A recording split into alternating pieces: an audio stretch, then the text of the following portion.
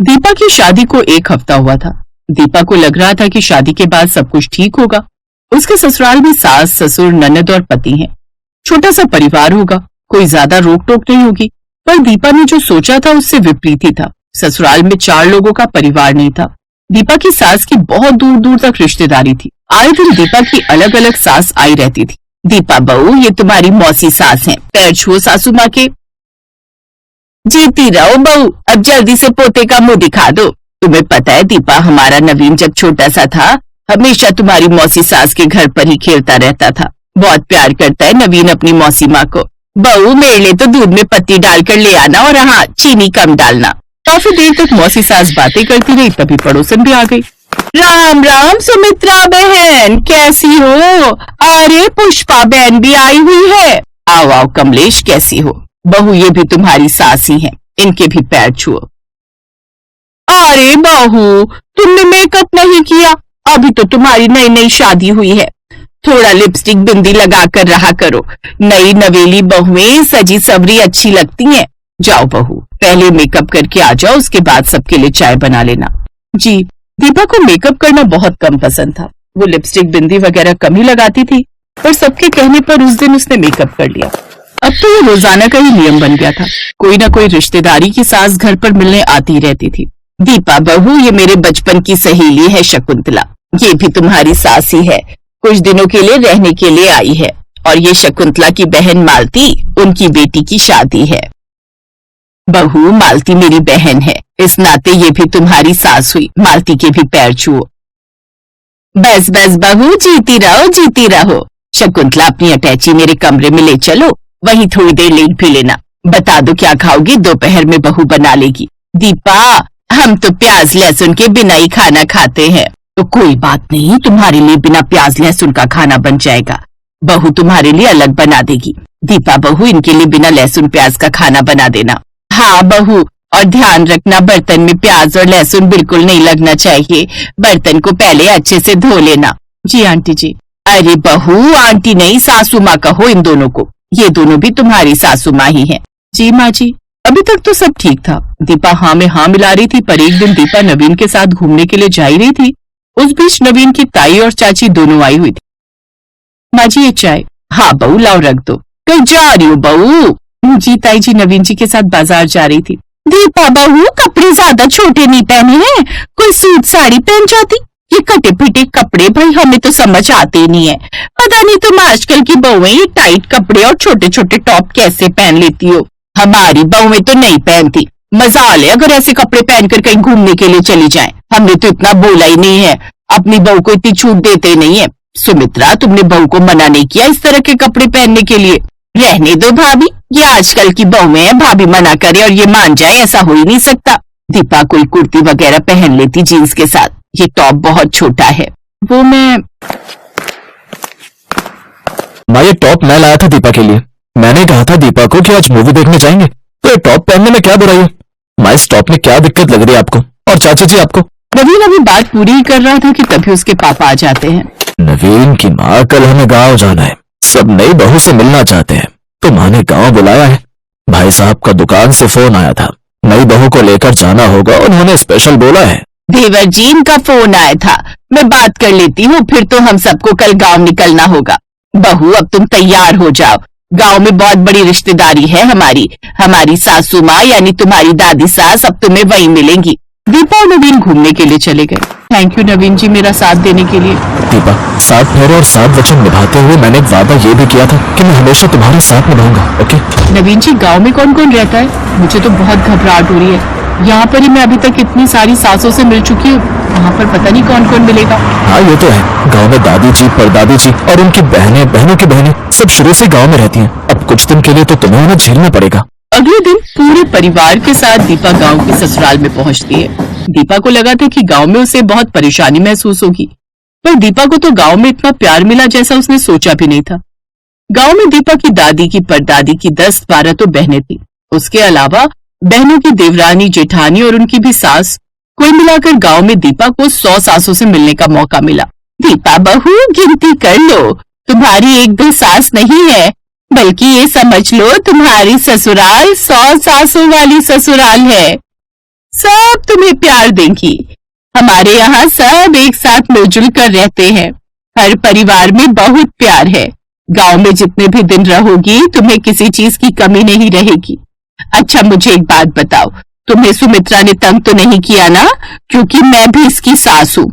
और हाँ, मेरी भी सास वो बैठी हैं, यानी कि तुम्हारी परदादी सास। बिल्कुल ठीक कह रही है जानकी। सुमित्रा, अपनी बहू को बेटी की तरह प्यार देना। अपना घर छोड़कर बेटियां ससुराल आती है ना, तो उन्हें बेटियों की तरह प्यार और दुलार की जरूरत होती है। खूब संजो कर रखना अपनी बहू को, बहुत लाड प्यार देना, जैसा मैंने जानकी को दिया और जानकी ने तुम्हें, और तुम्हारी इन दोनों देवरानी जेठानी को दी। सुमित्रा बहू दीपा बहुत प्यारी है।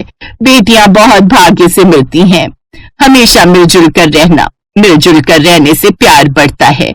हम तो बस यही आशीष देंगे दीपा बहू कि तुम हमेशा इस घर में खुश रहो। ये हुई ना सुमित्रा अच्छी सासों वाली बात। अपनी सास की बातें सुनकर सुमित्रा की आंखें नम हो गई।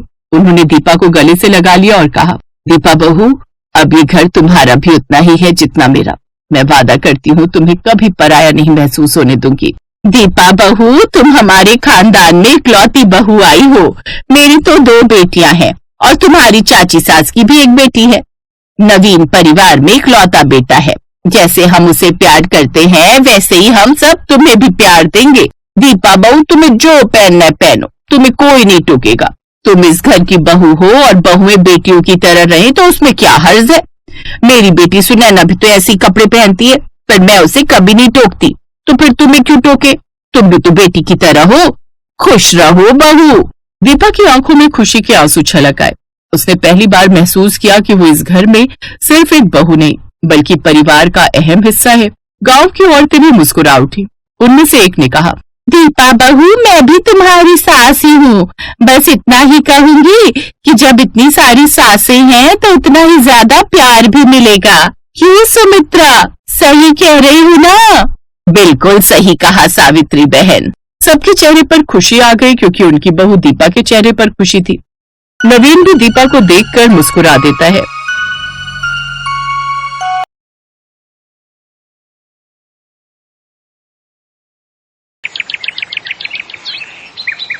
खिड़की के पास खड़ी पूजा पुराने दिनों को याद कर रही थी। आंखों में आंसू उसकी यादें ताजा कर रहे थे। मम्मी पापा, रोहित भैया, आप सबकी बहुत याद आती है। आप सबसे मिलने का बहुत मन करता है। आप नहीं जानते, मैं अखिल के साथ बहुत खुश हूँ। अखिल जी मुझे बहुत प्यार करते हैं। मैं जानती हूँ मैंने आप लोगों की मर्जी के खिलाफ जाकर अखिल जी से शादी की थी, पर अब तो मेरी शादी को 2 साल हो गए हैं। पर पिछले 2 सालों में आपने मेरी एक बार भी खबर नहीं ली। जब तक आप मुझे नहीं बुलाएंगे मैं खुद मायके कैसे आ जाऊं? अखिल से शादी के बाद तो मायका भी अपना नहीं रहा। तभी अखिल आ जाता है। मायका अपना कैसे रहेगा पूजा? याद नहीं तुम्हारे पापा ने तुम्हें क्या कहा था कि कभी भी तुम अपने मायके में पैर नहीं रखोगी? वो तुमसे सारे रिश्ते तोड़ चुके हैं। इन 2 सालों में कभी भी किसी ने तुम्हारी सुध नहीं ली। तुम रक्षाबंधन पर राखी और भाई दूज पर तिलक भेजना नहीं भूलती हो।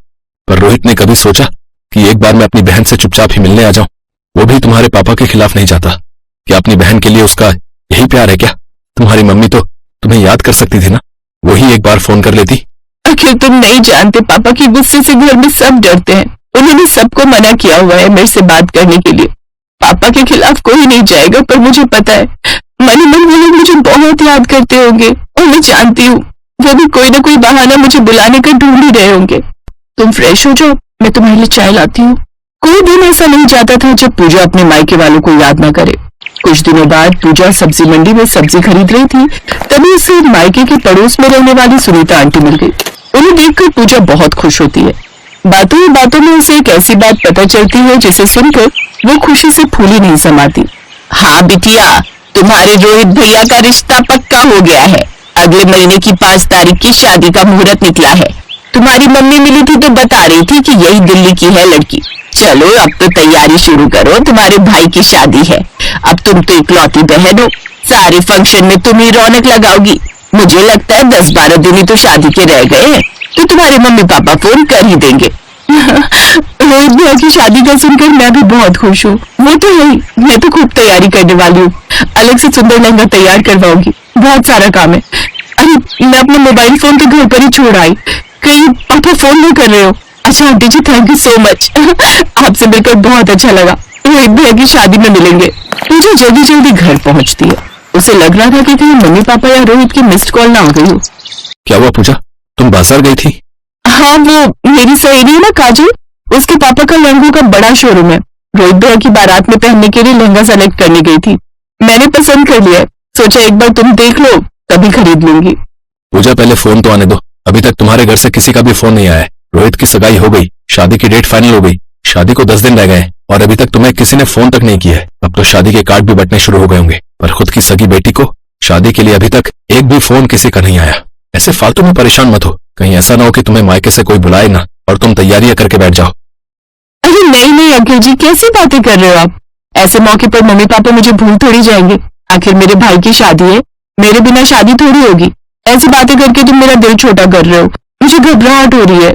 मेरे बहुत अरमान है अपने भाई की शादी को लेकर। मैं बहुत तैयारी कर रही हूँ अखिल जी। पर सच तो यही है ना पूजा कि अभी तक फोन नहीं आया है। पूजा भी समझ रही थी कि अब तक तो फोन आ जाना चाहिए था। शादी को दिन ही कितने रह गए थे। पूजा को तो ये तक नहीं पता था कि आखिर रोहित की शादी किस लड़की से होने वाली है। एक रात पूजा और अखिल रेस्टोरेंट में डिनर करके घर लौट रहे थे। रात के अंधेरे करके को पता नहीं चला और उसने अपनी बाइक गलत रास्ते पर ले ली। अरे यार, लगता है मैं गलत रास्ते पर आ गया।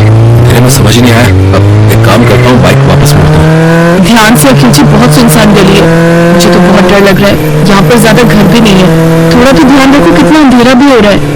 बचाओ बचाओ, कोई है? ये तो किसी लड़की की आवाज है, लगता है कोई मुश्किल में है। हाँ, आवाज तो सामने इस टूटे हुए घर में से आ रही है। वो देखो, वो लड़की को 2 बदमाश पकड़ कर ले जा रहे हैं। बचाओ बचाओ। ओए बाइक को पीछे मोड़ ले, यहाँ खड़ा हो गया क्या तमाशा देख रहा है? मेरी मदद कीजिए, ये दोनों गुंडे मुझे पकड़ कर ले जा रहे हैं। ये दोनों कॉलेज टाइम से मेरे पीछे पड़े हुए थे। ये लड़का जबरदस्ती मुझसे शादी करना चाहता है। छोड़ मेरा हाथ, छोड़। जब लड़की मना कर रही है तो जबरदस्ती क्यों कर रहे हो? अच्छा, तू बीच में बता दे, वरना यही के यही ढेर कर दूंगा। गंगा मुझे ढेर करेगा तू? जानता नहीं है मैं कौन हूँ? जिम में तेरे जितने वजन के तो मैं डंबल उठाता हूँ। अखिल अच्छे खासे कद काठी का था। दोनों बदमाशों को वो अकेला ही पीट देते हैं और दोनों बदमाश लड़के वहां से भाग जाते हैं।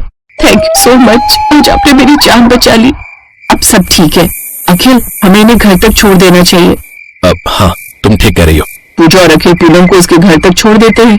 रोहित जी, आज पूजा दीदी और अखिल जीजू ने मेरी जान बचाई है। इनके बारे में मुझे कभी किसी ने बताया ही नहीं, पर आज सब कुछ जानकर मैं बस इतना ही कहूंगी कि पूजा दीदी और अखिल जीजू आज मेरे लिए भगवान बनकर आए हैं। पूजा मेरी बच्ची। पूजा मेरी बच्ची, कितने दिनों बाद तुझे देख रही हूँ। पूजा थैंक यू सो मच। मैं तुम्हें हमेशा याद करता था। पापा को कई बार कहा कि तुम्हें फोन कर लें, तुमसे मिलने। माँ, आप लोग तो मुझे अभी भी शादी में नहीं बुलाने वाले थे ना। आप लोग तो मुझसे सारे रिश्ते नाते तोड़ चुके हो। वो तो आज अनजाने ही पूनम से हमारी मुलाकात हो गई, वरना मैं तो अपने भाई को सेहरा बांधते हुए भी नहीं देख पाती। पूजा की आंखों में आंसू देखकर सब रो पड़ते हैं। सब कुछ ठीक हो जाता है, सारे मनमुटाव खत्म हो जाते हैं।